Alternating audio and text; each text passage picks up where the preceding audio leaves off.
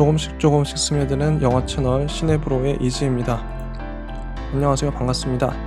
이번 시간에 다룰 영화는 아카데미 장편 애니메이션 상을 받지 못했지만 후보 노미네이트 됐던 작품 오버 더 문이란 작품에 대해서 다뤄보도록 하겠습니다. 이 애니는 넷플릭스에서 서비스 되고 있어요. 검색해 보시면 나옵니다.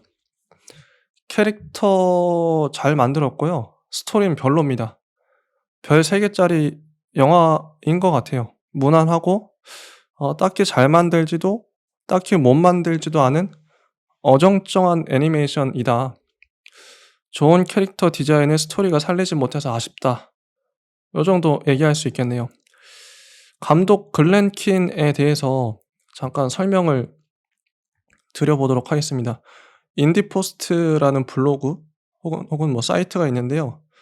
거기에 디즈니를 떠난 전설적 캐릭터 애니메이터 글렌 킨의 첫 구글 프로젝트 듀엣이라는 2017년 7월 4일자 글이 있어요. 이걸 잠깐 읽어드릴게요. 글렌 킨은 디즈니 애니메이션 스튜디오의 전설이 된 캐릭터 애니메이터이다. 만화가인 아버지 밑에서 예술적 재능을 키운 그는 캘리포니아 예술학교 졸업 후 곧바로 디즈니에 들어가 37년을 일했다. 그의 손을 거친 디즈니 영화는 인어공주, 미녀와 야수, 알라딘, 포카혼타스 타잔, 가장 최근의 라푼젤까지 이어진다. 2013년 디즈니를 떠나며 디즈니 레전드로 선정되기도 했다.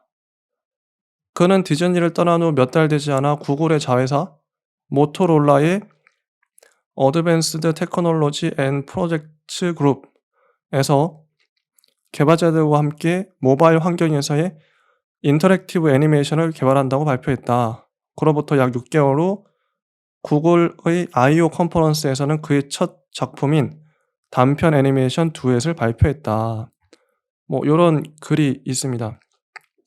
요 정도면 어떤 분인지 알겠죠? 자, 이 오버 더 문의 감독 글렌 킨은 디즈니에서 37년간이란 전설적인 애니메이터예요. 자, 캐릭터 디자인에 대해서 먼저 얘기해 보겠습니다. 캐릭터 디자인이 좋다는 건 어떤 의미일까요? 이 캐릭터가 좋은지 나쁜지, 잘 만들었는지 못 만들었는지 우리가 어떻게 알 수 있을까요? 제가 볼 때는 직감입니다. 직감. 디자인은 감각의 영역이죠.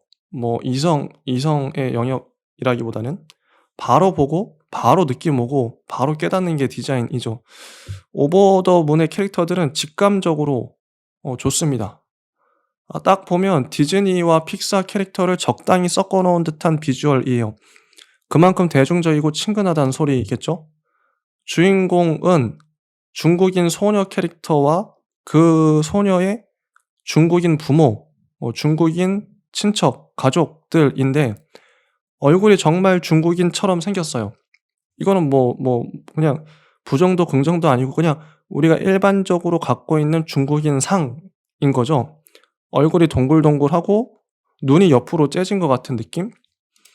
근데 이런 스테레오타입을 활용한 이런 디자인은 직관적으로 중국인이나 한국인, 일본인, 아시아인을 아울러서 미국이나 서구에서 이런 식으로 표현하죠. 하지만 이런 건 이미지적 편견을 조장할 우려도 있다고 봅니다. 캐릭터가 이런 식으로 디자인돼서 익숙하고 친근해서 좋지만 그 익숙함 속에 어떤 편견이나 어떤 오해가 도사리고 있다면 그 편견을 캐릭터가 강화한다면 과연 좋은 디자인이라고 할 수 있을까? 고민해 볼 문제라고 생각해요. 주인공의 애완토끼와 주인공 동생의 애완개구리가 나오는데 지극히 사실적인 톤으로 그려졌습니다. 토끼는 토끼 같고 개구리는 개구리 같아요. 별다른 캐릭터적 특색이 없는데 이것은 달나라에 있는 존재들이 비현실적 디자인을 가지기에 현실적으로 표현한 것으로 보입니다. 여긴 두 세계가 존재하죠. 현실 세계와 그 지상 세계와 저기 우주에 있는 달나라, 달세계. 이 달나라 즉 전래 동화에나 나올 법한 판타지스러운 캐릭터 디자인들이 좋습니다. 달나라에 사는 존재들이 정말 환상적이고 몽환적으로 그려져요. 인트로에 등장하는 달을 베어먹는 우주개가 나오는데 거대하죠. 달을 베어먹을 정도니까. 거대한 불덩어리 같은 몸뚱아리에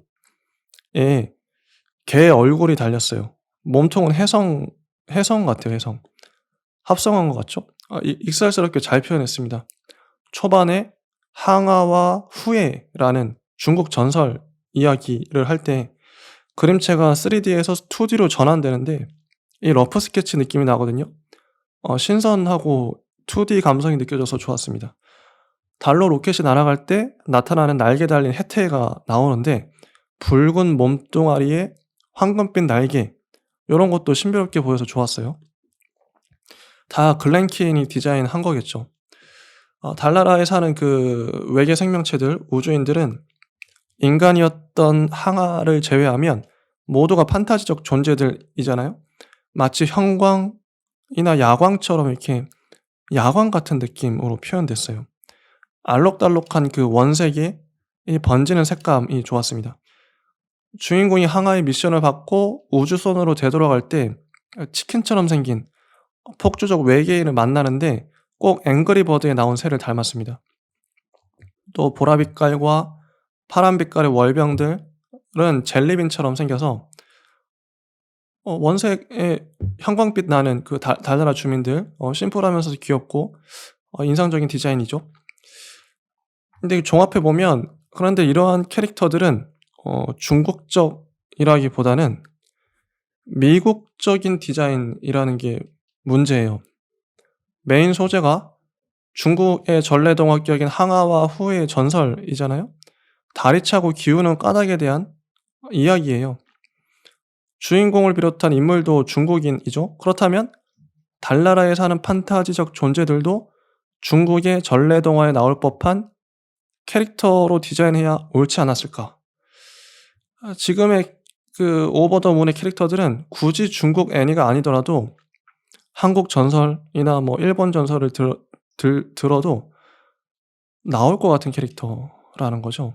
중국에는 이미 수많은 요괴와 귀신과 환상적 존재들을 표현한 책이 오래전부터 존재합니다. 그게 바로 산해경이죠.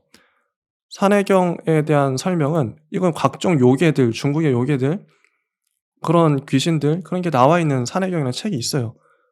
그럼 요걸 바탕으로 레퍼런스 삼아서 캐릭터 디자인을 했다면 더 좋지 않았을까. 그래서 아쉽습니다.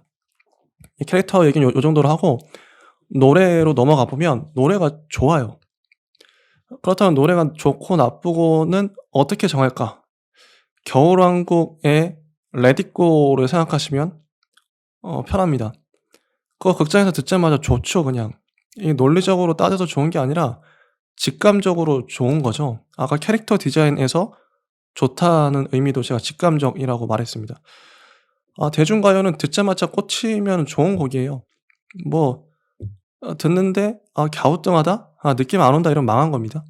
그러니까 안 좋은 곡인 거죠. 이런 맥락에서 오버 더 문의 음악은 직감적으로 좋습니다. 잘 만들어졌어요. 꽂히는 지점, 어필하는 지점, 엣지 있는 지점이 있다는 거죠. 근데 이게 디즈니 애니 곡들하고도 비슷하단 말이죠. 디즈니와 비슷하다는 건 칭찬이기도 하지만 그만큼 독창성과 개성이 부족하다는 말이기도 합니다. 그 다음에 이제 마지막 세 번째, 가장 큰 문제가 있는 스토리를 살펴볼게요. 음악도 훌륭하고 캐릭터 디자인도 훌륭한 상황에서 만약 스토리까지 좋았다면 별 5개를 줬겠죠. 하지만 저는 별 3개를 줄 수밖에 없었다. 왜냐하면 달나라 가기 직전에 30분가량 지상 씬이 나오는데 무난합니다.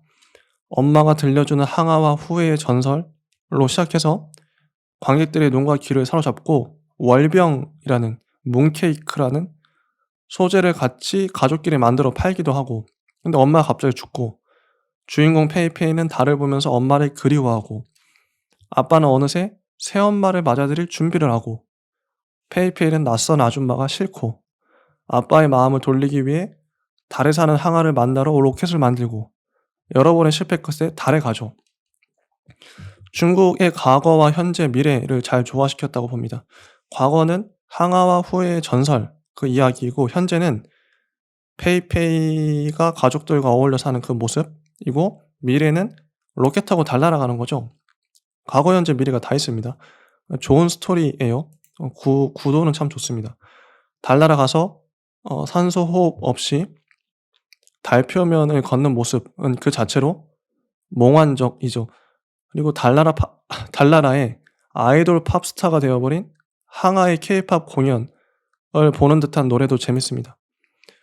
문제는 항아의 미션 때부터 발생합니다. 루나리안들에게 항아는 컴피티션을 선언하죠.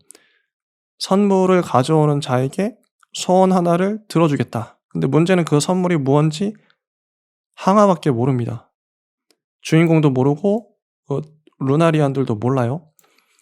페이페이도 얼떨결에 경쟁전에 참여하는데 수많은 달나라 주민들과의 엎치락뒤치락하는 기상천외한 모험의 대장정이 펼쳐져야 마땅하겠죠.